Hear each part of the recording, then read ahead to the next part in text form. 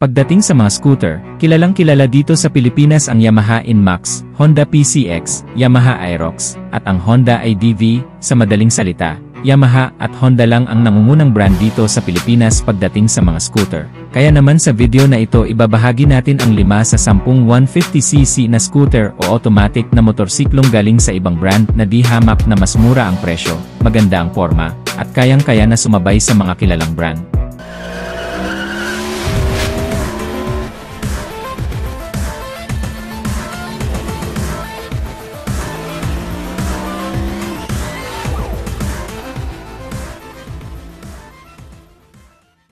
Number 1, SK Go Bolt 150.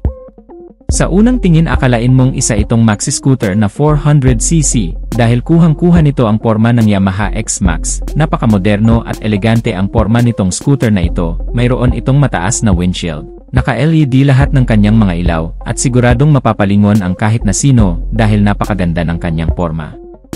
Pagdating sa makina nito, ito ay 149.3cc, liquid-cooled, 2 valves, single cylinder, 4-stroke, single overhead cam, fuel-injected, at ang kanyang compression ratio ay 10.6:1. At ang maximum power nito ay 12 horsepower at 8,500 RPM with a maximum torque of 11.8 Nm at 5,500 RPM.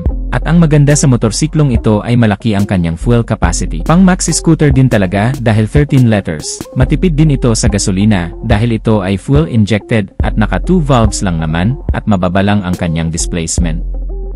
Kumukonsumo lang ito ng 40 km per liter, kaya naman sa isang full tank nito malayong malayo na talaga ang mararating mo. Pagdating naman sa kanyang mga preno, sa harapan ay naka-disc brake, sa likuran ay naka-disc brake din. Ang kanyang mga gulong ay malalapad. Ang sukat ng kanyang gulong sa harapan ay 110/70/13, sa likod naman ay 130/70/13 at naka-tubeless na ang mga ito. Ang kanyang suspension ay naka-telescopic fork sa harapan, at naka-dual shock sa likuran, at talagang hindi nila mapagkakamalan na 150cc ang scooter na ito, dahil mukha itong Yamaha X-Max na nagkakahalaga ng 259,000 pesos. Pero pagdating sa presyo nitong SK Go Bolt 150, nagkakahalaga lang ito ng 115,000 pesos. Number 2, SYM Husky 150. Kamakailan lang ay inilunsad na itong bagong scooter ng SYM. Ito nga ang SYM Husky 150. Sobrang hinangaan ito ng maraming tao, dahil napakaganda ng kanyang disenyo at sobrang advanced din ng kanyang mga features. Sa katunayan, itong SYM Husky 150 ang isa sa pinakapopular sa bansang Taiwan, at sa ngayon ay nandito na sa Pilipinas. Pagdating sa kanyang porma, hindi mo rin isipin na 150cc lang ang motorsiklong to. Moderno din ang kanyang design, naka-LED na din lahat ng kanyang ilaw. Meron din itong windshield at ang maganda pa dito sa SYM Husky 150 ay meron itong mga safety features kagaya ng ABS o anti-lock braking system dahil naka-dual channel ABS na ito. Harap at likod naka-ABS o anti-lock braking system na. Meron pa itong traction control system. Pagdating sa kanyang makina, ito ay 150cc, single cylinder, 4-stroke, 4 valves, liquid-cooled, ang kanyang compression ratio ay 11.2:1. Ang maximum power ay 10.8 kilowatts at 8,000 RPM, with a maximum torque of 14.5 Nm at 6,000 RPM. Ito'y naka-electric fuel injected na din. Ang maganda rin sa motorsiklong to ay malaki ang kanyang fuel capacity. 15 liters ang isang full tank nito kaya malayo na rin ang mararating mo sa isang full tank mo. Matipid din ito sa gasolina dahil ito'y electric fuel injected. Kumukonsumo lang din ito ng 40 to 45 km per liter. Napakalapad ng kanyang mga gulong. Ang sukat ng kanyang gulong sa harapan ay 120/70/13, sa likod naman ay 130/70/13, naka-tubeless na rin ang mga ito. Pagdating sa kanyang suspension, naka-telescopic fork sa harapan at sa likuran naman ay naka-monoshock. Hindi ba napakaganda ng porma nitong bagong SYM Husky 150? Siguradong marami rin ang bibili ng scooter na ito. Pagdating naman sa kanyang presyo ay nagkakahalaga lang ito ng 152,000 pesos. Number 3.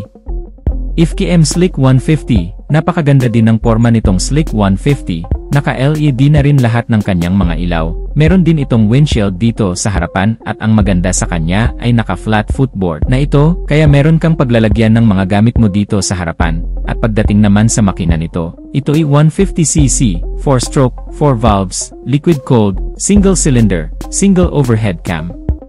Ang maximum power nito ay 12.1 kilowatts at 8,500 RPM with a maximum torque of 14.6 Nm at 6,500 RPM at ito ay naka-electric fuel injected na din. Ang fuel capacity naman nito ay 9.2 liters. Malaki rin ang kanyang fuel capacity kaya malayo rin ang mararating mo sa isang full tank mo dito. Matipid din ito sa gasolina dahil electric fuel injected na din. Kumukonsumo lang din ito ng up to 40 km per liter. Pagdating naman sa kanyang preno, naka-disc brake sa harapan at naka-disc brake na rin dito sa likuran. Sa suspension naman, naka-telescopic fork sa harapan at naka-dual shock dito sa likuran. Ang sukat naman ng kanyang gulong sa harapan ay 100 by 80 by 14. Sa likod naman ay 120 by 70 by 14.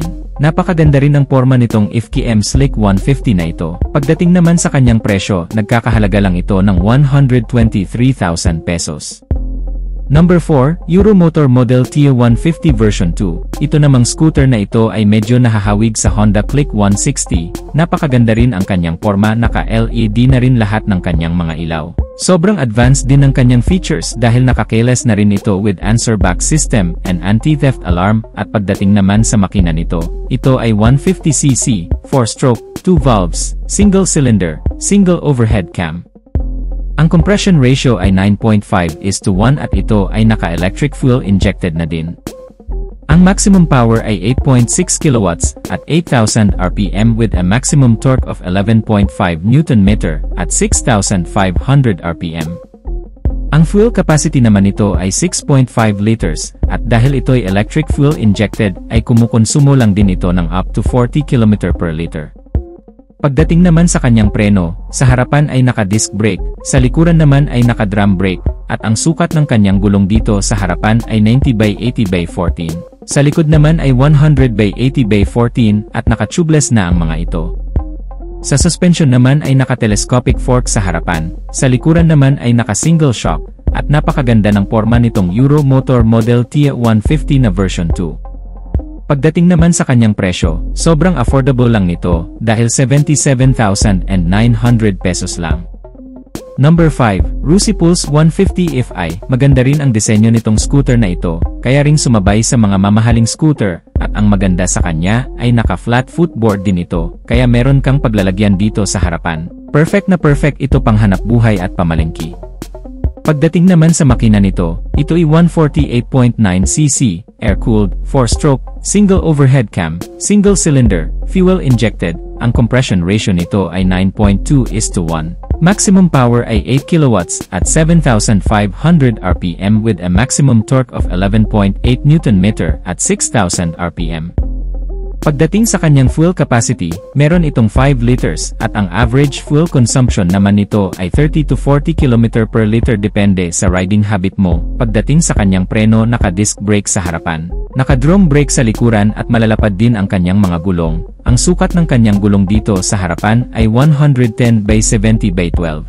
Sa likod naman ay 120 by 70 by 12 at sa kanyang suspension, naka-telescopic fork sa harap, naka-single shock sa likuran. Pagdating naman sa kanyang presyo, sobrang affordable dahil nagkakahalaga lang ito ng 82,000 pesos. So that's it mga ka-Wizard Moto, natapos na tayo sa ating part 1 review sa mga 150cc na magagandang scooter maliban sa Yamaha at Honda. Sobrang dami palang mga 150cc ang available dito sa Pilipinas at nakalima pa lang tayo. Napakaganda ng forma, napaka-advanced din ng mga features, pero pagdating sa presyo, mas affordable o mas abot kaya. Pagdating naman sa durability ay matitibay din naman ang mga motorsiklong to, hindi rin naman ito basta-basta masisira as long as nasa tamang pag-aalaga. At sa part 2 ng ating video ay tatalakayin pa natin ang another 5 na 150cc na scooter.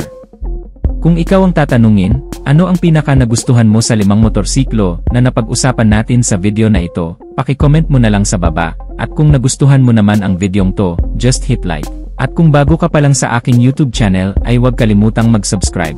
Hit mo na rin ang notification bell icon para sa mga susunod kong video ay updated ka palagi. Huwag din kalimutang mag-follow sa ating Facebook page.